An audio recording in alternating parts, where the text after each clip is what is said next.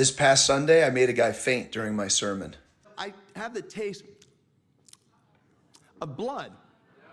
That escalated quickly. Okay, a little bit of context. I lead a congregation in downtown Boston. This week in particular was crazy. There wasn't an empty seat in the room. There were people standing up in the back. It was a jam-packed house.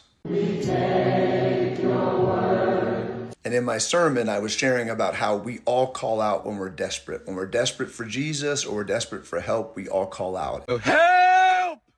And I was illustrating the point by talking about in 8th grade when I had my tonsillectomy. I exercised too early. The doctor said don't exercise for 2 weeks, but I exercised 4 days after that at basketball practice. And because of that, the stitches must have popped open on the inside of my throat, and I started to slowly bleed into my stomach.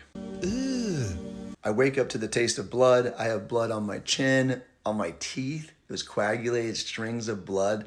Brother, And then I saw it all the way down my shirt. And What did he say? I freak out. I lose my mind. I run over to my dad. But I had also had nodules or calluses on my vocal cords that were lasered off at the same time as my tonsillectomy. So I couldn't talk. I was writing the whole week. I was trying to do sign language the whole week to get what I wanted.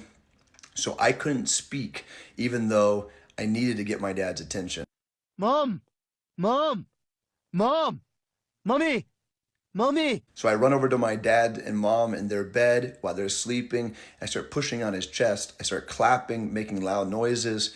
And finally he wakes up to seeing me look like a zombie.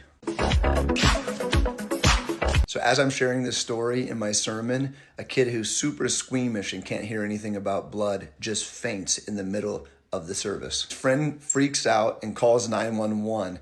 And so right in the middle of the service, I don't even realize or notice that this is all going on. But he's fainting, laying on the ground. His friend's calling 911, whispering to the operator. And the kid comes to like 5 seconds later and is like, I don't want to pay for an ambulance. No, send them away. Then I guess everything was okay because I never noticed it and I kept going in my sermon and no one told me anything while I was on stage. Be careful of how you illustrate your points. Your stories can knock people out.